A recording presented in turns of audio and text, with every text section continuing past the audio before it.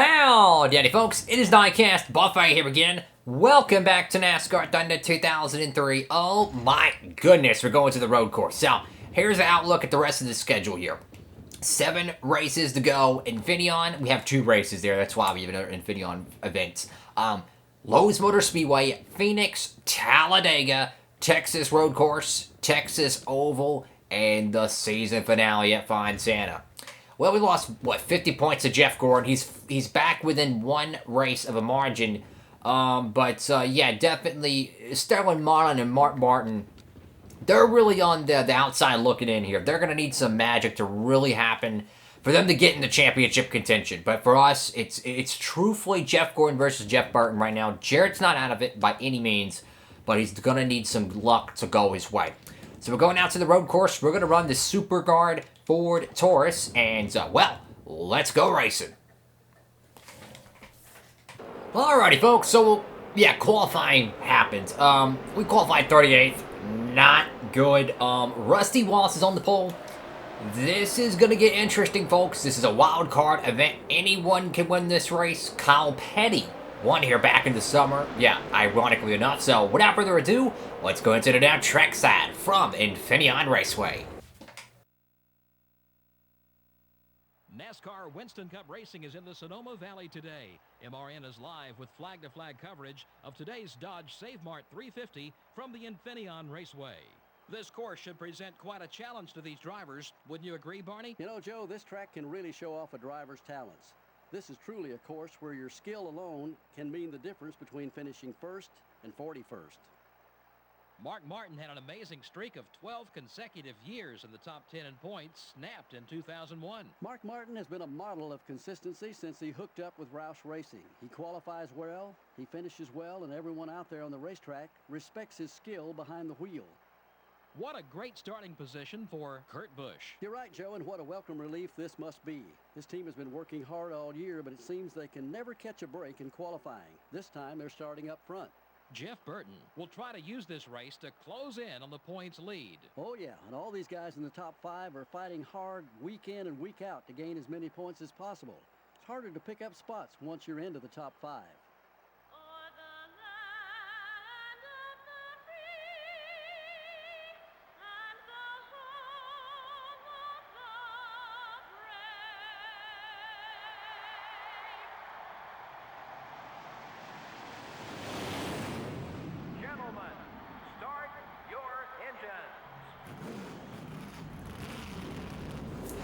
Here we go, folks. It is Mark Martin and Rusty Wallace on the front row.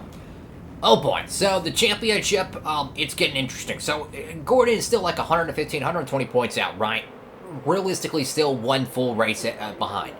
Mathematically, he's within that. 156 is the absolute mathematical bare minimum, or maximum rather, that you can be behind. So, anyways, we have to go out here and we got to rally. We're 38th.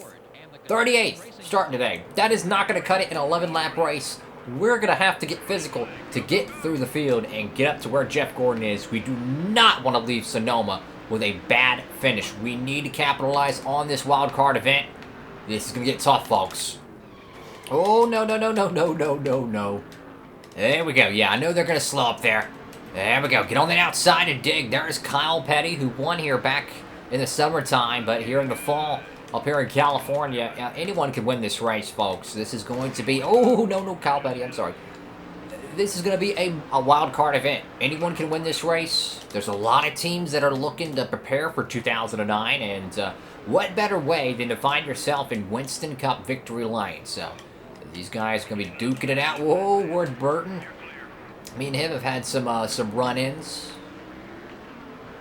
Trying to navigate through the S's here. If the game's a little bit quieter, I've been trying to adjust the audio to get a better balance, a better mix between the game audio and the commentary. I've been trying to get that a little bit more balanced. Anyways, Kyle Petty is still digging in tow. This is where you're going to get a lot of positions here, guys. Don't overcook it. Don't use your tires up too bad. Dang it. I'm sorry, Jim. I cooked it in there a little too hot. So anyways, we're 23rd here. We're trying the Satch Boogie here at freaking Fontana.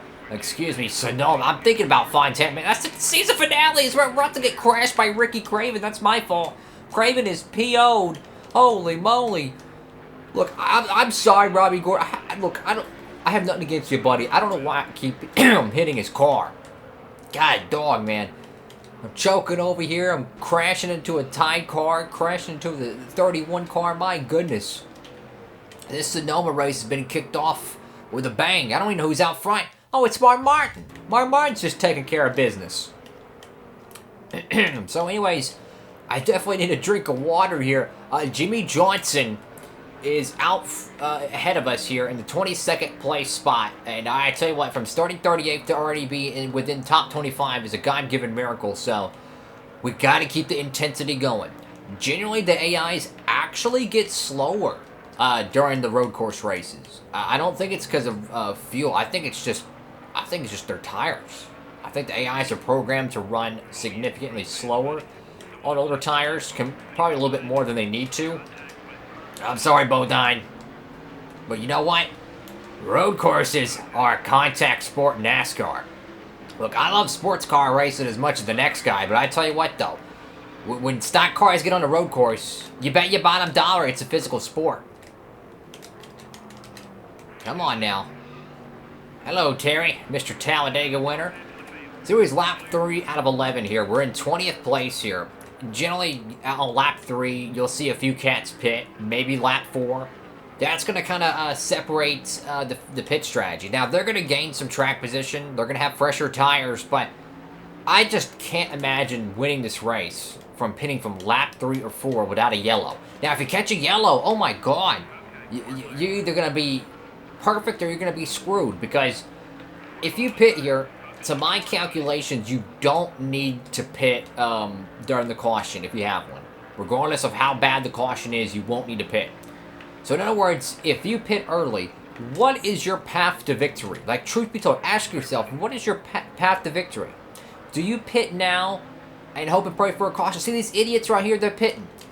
Yes, you go ahead and get your pit stop out of the way early, but if you catch a caution, the only way you get to victory lane is if you catch everyone a lap down. That's it.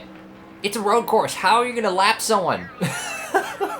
You got a minute and 16-second laps. There ain't no way on God's green earth you're going to be able to lap these people here. So my point is, there is truthfully no way. There's no way you're going to be able to win this race from pitting that early. Because a caution would only doom you, because no one's going to have to pit after that. Unless the AI is that stupid, but I know I wouldn't pit. So they would have to deal with my car. So in other words, there's truthfully no, just no way. There's just no way. So anyways, I'm trying to get around the 63 here. There we go. Thank you, buddy. We're up to 13th. Granted, with a few pit stops coming in to play. Mark Martin, though, who's actually been really good here at the fall Infineon race. He's doing pretty good for the Roush Couture. Of course, Kenseth picked up the huge win last Saturday night. That was a big win for Kenseth in the Roush program, but we're just trying to do what we got to do here. Trying to get up there. Where's Gordon? I have no clue. Let's find Jeff Gordon. Where is Mr. Gordon at? Because we need points. And right there, he's in 9th place. So we need to get up there, like ASAP. And you can see how slow the AIs are getting. Their tires, man, I tell you, they just... I don't know where they get their tires at, but I wouldn't be ordering from them anymore, because my god, they slow down so much, and it happens at Watkins Glen too. The AIs, they are so much slower on old tires. I mean, truth be told, you could probably take 2 tires and still be faster than them. So anyways, lap 5 at 11 here. We're trying to run down Earnhardt. No longer a championship contender. You know, it's really going to be down between Dale Jarrett, Jeff Gordon, and Jeff Burton. That's truthfully going to be your 08 Winston Cup champion. Barring an absolute Noah's Ark coming through the speedway, Sterling Marlin and Mark Martin still have a bullet in the gun. But as you can see, I mean, even Jeff Gordon is dropping back, and I think he's got some damage on the back end, guys. Yeah, Jeff Gordon's getting physical. He's got some got some damage at the back end of that Monte Carlo. So somebody paid him a bumper visit. Anyways, we're running him down here.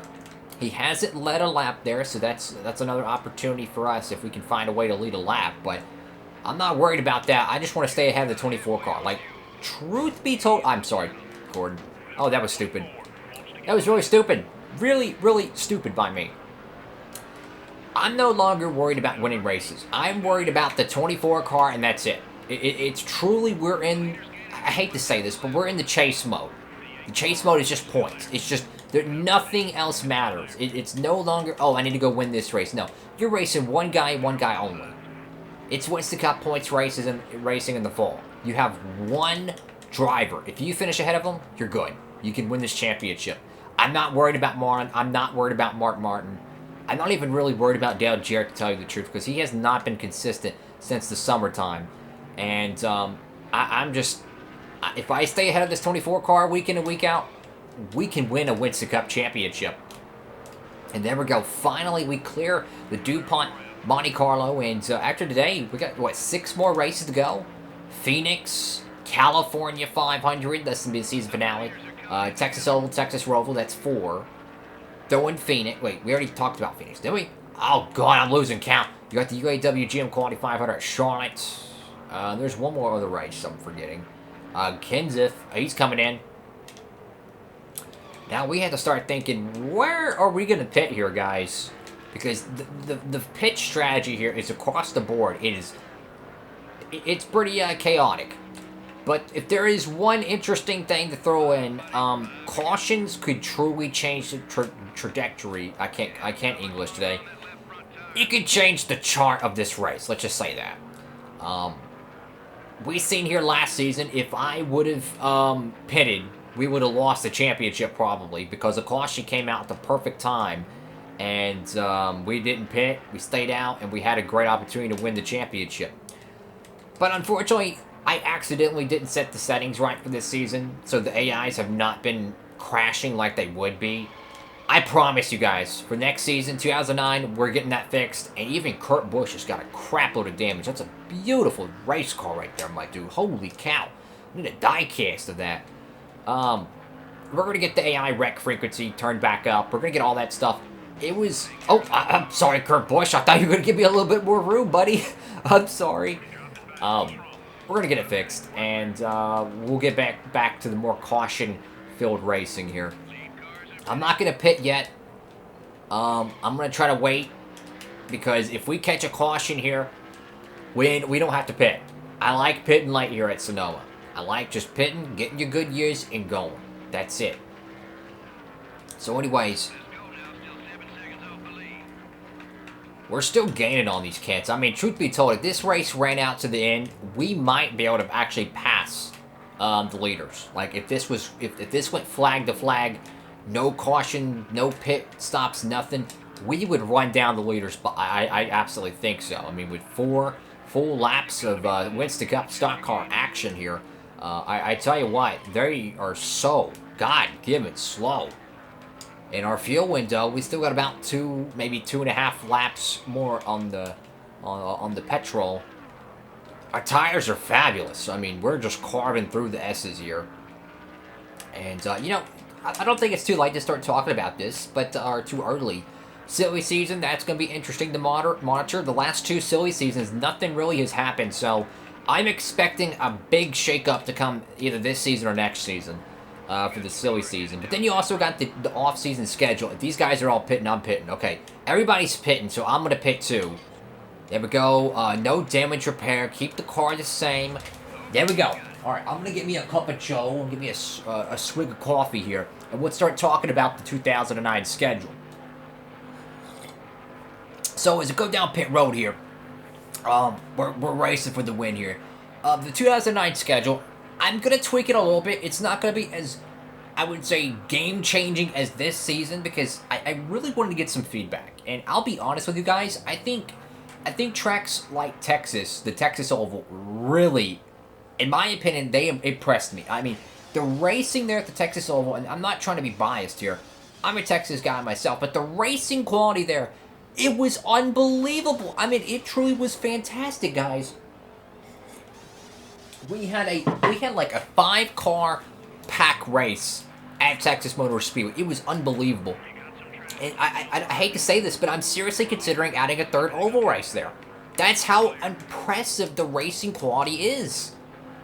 Because I look at tracks like the Vegas race. Yes, I know it's a pain in the butt for us, but I look at the racing there, and then I look at the racing at Texas, and I'm like, my God, I'd rather watch the Texas race than the Vegas race. So I'm absolutely considering some schedule swaps. We could see New Hampshire back on the circuit. I'm working on that. That might be coming back 2009. We could see New Hampshire back. Dover, there's rumors that could come back. We're looking around. You know, I can confirm that Fontana's going to stay the season finale. I can confirm that. Road courses, I think our road course package is pretty good here. I think that'd be confident going into next year. As we're gonna have to pass a lot of cars here to win this race. Mark Martin somehow is still out front. I'm still considering a lot of different things. I really am. The 3 Talladega races, I love that. I mean, truth be told, that summer Talladega race was the greatest race I might have ever had on a Thunder game. It was truthfully unbelievable. It was so spectacular. Tony Stewart flies into the catch fence. Terry Labonte wins a late race restart shootout. We had like 9 cars in a pack ducking and diving. And I mean, my God, man, that race, if you haven't go seen it, go check it out. I think it's race 24 of 36 in this season, season 7. Please do yourself a favor. Go check it out. I tell you what, man, it is the best Thunder race I think we've ever had on Thunder. Like, I've never seen a Thunder race with that much God-given action, my dude. It was freaking incredible. And when Tony Stewart flew in the catch fence, guys, we literally went like almost underneath him. Like, he hit the catch fence, came back down, got hit again, right? Like almost Ryan Newman-esque. And the dude, we barely dodged him. I mean, it was unbelievable. It happened right in front of us. And then we got to see it on replay. Oh my God, it was unbelievable, bro. It was unbelievable. White flag in the air here at Sonoma. And to touch on the schedule again, there's some interesting things I plan on doing. We're not going to do anything super major, I don't think. But there's a few things I am considering. I like the Pocono races. I think they're doing good. Pocono's been pretty stout. I like having the Michigan Fall race. I think that's going pretty good. Martinsville's going to have to stay at 1 race because I can't have 2 races at Martinsville knowing it's going to be glitched out. But I'm going to try to get a top 10 here, guys. We need to get around Bobby Labonte. That's a big top 10. We need it. So let's try to get up there. Rally. Get a few points. Hey, Gordon's behind us. That's big. That's big, big, big. Because Gordon, we're racing for a Winston Cup, guys. You know, it's no longer just, oh, we need a trophy here and there. No, we're racing for the trophy. And right there, that puts us in spot for a top 10. And we'll be able to gain a little bit of points on Gordon here. Possibly get around Johnny Benson for 9th. And I think Mark Martin's going to walk away with a back-to-back Roush Couture win. Roush is certainly heating up here. I want to give him that lane. I'll take the inside here. Go. No, I don't want to damage this car. Beautiful Pontiac, I might add. My God. Someone needs to... Alex Bowman, whoever's sponsored by Valvoline, please, for the love of God, I don't care if it's Kyle Larson, Chase out, whoever, please do a throwback to that car. My God. And there we go. Lap 11. It is in the books. Who won here at Sonoma? We're going to get a 9th place finish. I think that was great. We started 38th, and we rallied for a top 10. Mark Martin gets it done at Infineon. Changes were pretty scarce. Wow. So, yeah, I tell you what. Roush, attaboy. Think about this. Chew on this. 4 of the 5 Roush cars in the top 10. Back-to-back wins for Roush. I'd say they're doing pretty good. And for us, you know, we probably could have won this race. Our car was so freaking fast, bro. I think we could have won this race. 38th. Well, that's a lot of track position to make up an 11-lap race. Now, here, let's start crunching some numbers here. So, 138 points there to Jeff Gordon's 121. That's a 17-point gain. So, we lost about 50 points last Saturday night at Vegas. We cut that down. So now it's a 33-point loss. So we need to make up 33 points next race, and then we'll be back where we need to be. Gordon, I think, is still within, mathematically, of course, 1 race away from the points lead. Mark Martin, absolute domination, maximum points day. And, you know, well, for all intents and purposes, let's see how he did. So 175 for him, 138 there. So roughly, actually no, 185. So roughly about 47 points I think he gained. So like I said, it's gonna take a Noah's Ark of an effort to be able to get Mark Martin a championship here in '08. But you know, I'm not willing to rule him out yet. He's gaining points, but I mean, Dale Jarrett, dude, you gotta get points, bro. But I think this is tough. I mean, for Jeff Gordon here, this was a great opportunity to gain points, and he's going to lose them. Let's take a look through the field here. Let's gander through it. Of course, Kyle Petty, who won this race back in the summer, 35th. No speed out of the Intrepid today. And speaking of the Dodges, it's going to be Mayfield rounding out the bottom of the barrel. Keep in mind, the only Evernham car not to win this season is the 19 car. Bill Elliott wins Watkins Glen, which I will say this.